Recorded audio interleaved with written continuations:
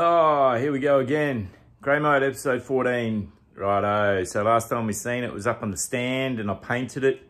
And yeah, basically a little bit of messing around. Now I'm still moving on. So as you can see here, I've got a EJ bell housing. So there's only one reason I'm going to need that. It's because I'm doing a startup on the ground over here.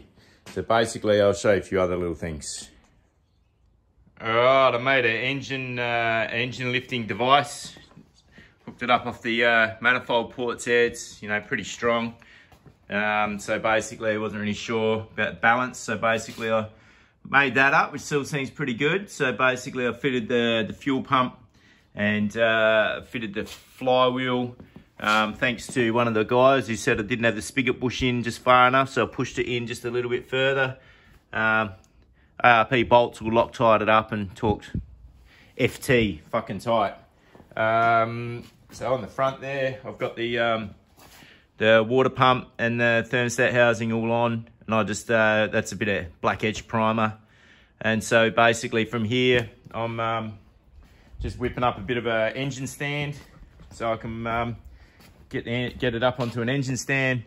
Build a bit of a frame at the front here for the radiator. Mount it up off the back with the EJ bell housing, get it running on the stand because, yeah, I just want to make sure it's all good. So the reason I'm doing that is because when I painted this engine in the last episode, I didn't really let the block dry properly. I blew the water off and brake cleaned it, then I covered it in primer. So I still reckon there might be a bit of moisture underneath the paint. So yeah, I'm going to get it running. And then I'm going to paint it last. I think that's what I'm going to do. Or I might paint it first, get it running on the stand. If it goes to shit, I'll paint it again later. I'm really not 100% sure. I'm still working that out as I go. But anyway, it's a work in progress. This is what I'm doing. Anyway, so I'm just going to go for it and get this clutch on now. It's an aftermarket clutch, so I really don't know if it's even going to fit inside the bell housing. But until I give it a go, I'm not really going to know, am I? So basically, just gonna go for it and see what happens. Let's do it.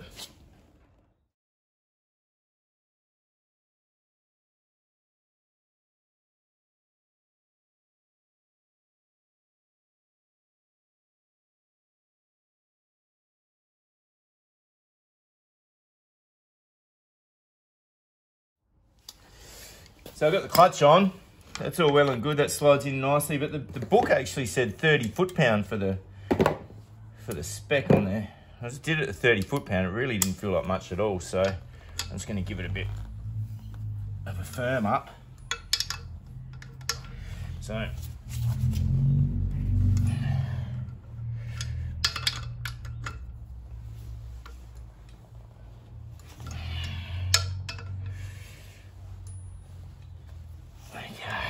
feels pretty good.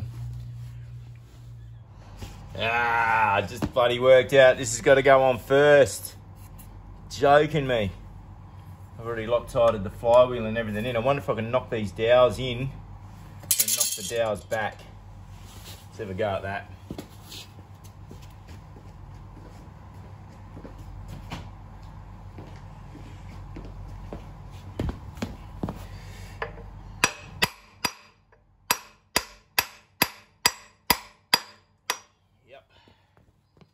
Sorry about the camera work.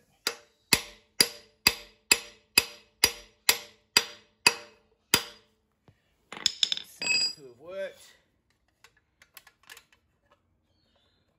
Okay, that's good. Now it's going to knock the dowels back. That's good. All right, I'll get that worked out. All right, that's the magic of the movies. Millisecond later on a video, it's all done.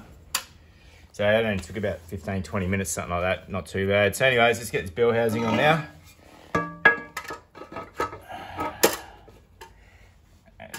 See there, a few bolts. So obviously this is only for the engine stand to get it running. I don't want the gearbox on there because the gearbox will leak oil out of the tail shaft yoke. And yeah, so therefore I'd either lose oil, make a mess or whatever. The only thing is I just want to get this engine running on the stand. So yeah, so next things up is going to dig out a starter motor. Hopefully I've got one that's okay. Got a couple, so hopefully the best of the best. That's all we can do, so I'll get on with it. All right, so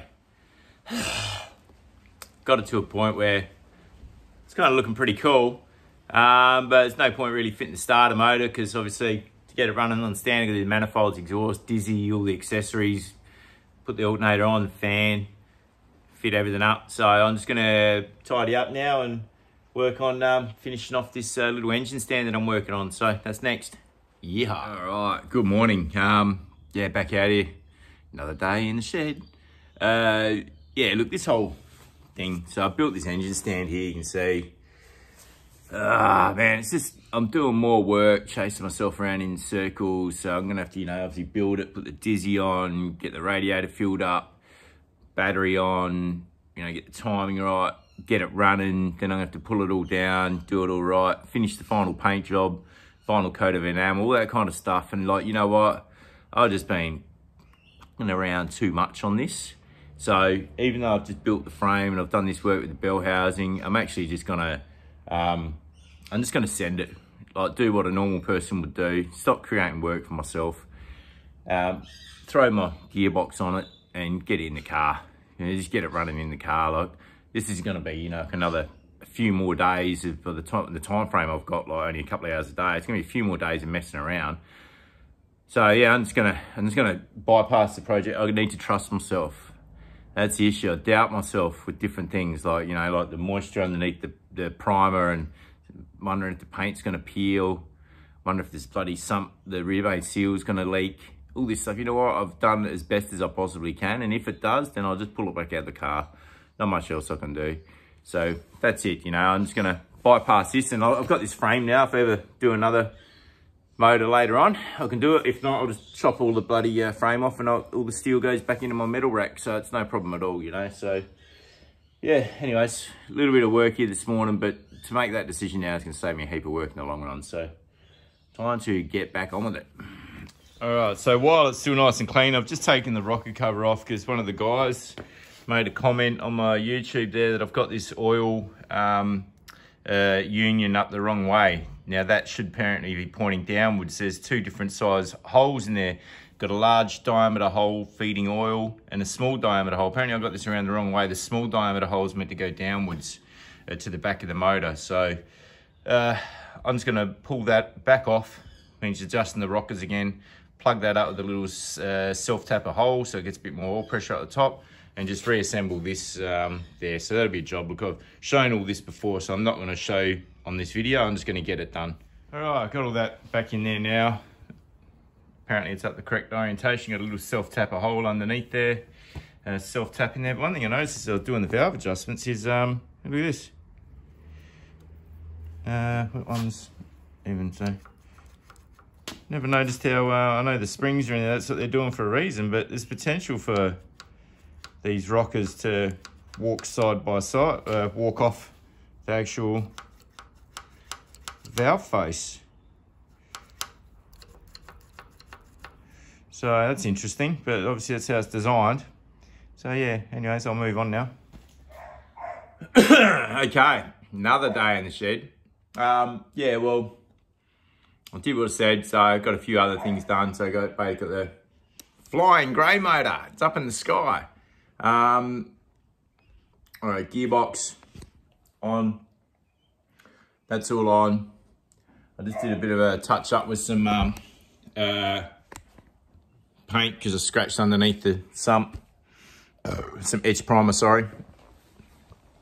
And yeah, it's all kind of like pretty much ready to go. So I just basically etched up a dizzy, what do you call it, a dizzy bracket, and cleaned up the starter motor and got all that etch primed. So yeah, so now I'm just going to basically scuff everything up and give it a wax and grease and put some enamel on it. Fingers crossed it's going to work, hopefully. Oh, well, just send it as it is. I believe in myself. All right, so I got some paint on the enamel. Holden grey. Looks fairly glossy. Slow dry. Forgot to paint the nuts, bugger.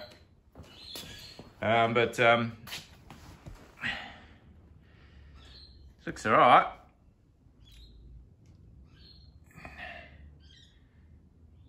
You know, all things considered, I'm not a painter, so enamel goes on pretty easy, thank God.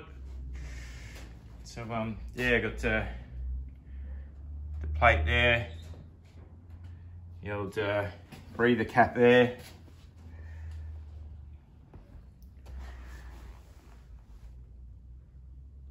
Yeah, it all doesn't look too bad so far, all things considered.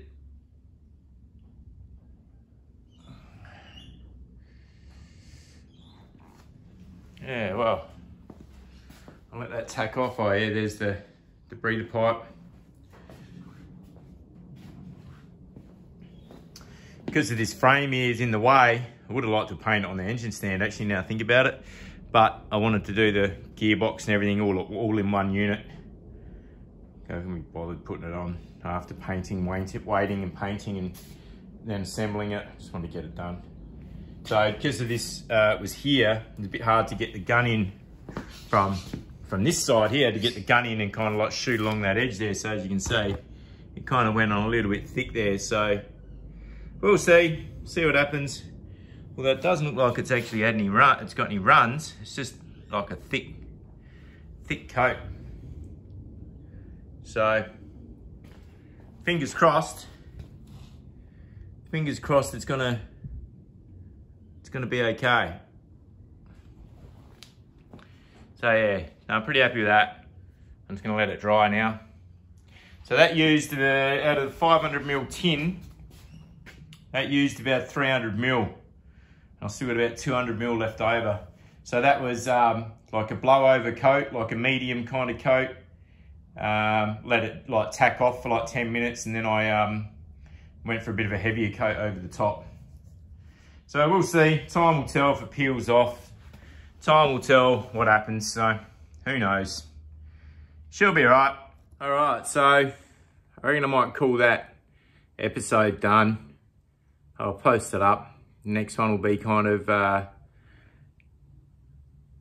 getting it in the car, getting it running, hopefully. Fingers crossed. Thanks for watching. See you next time.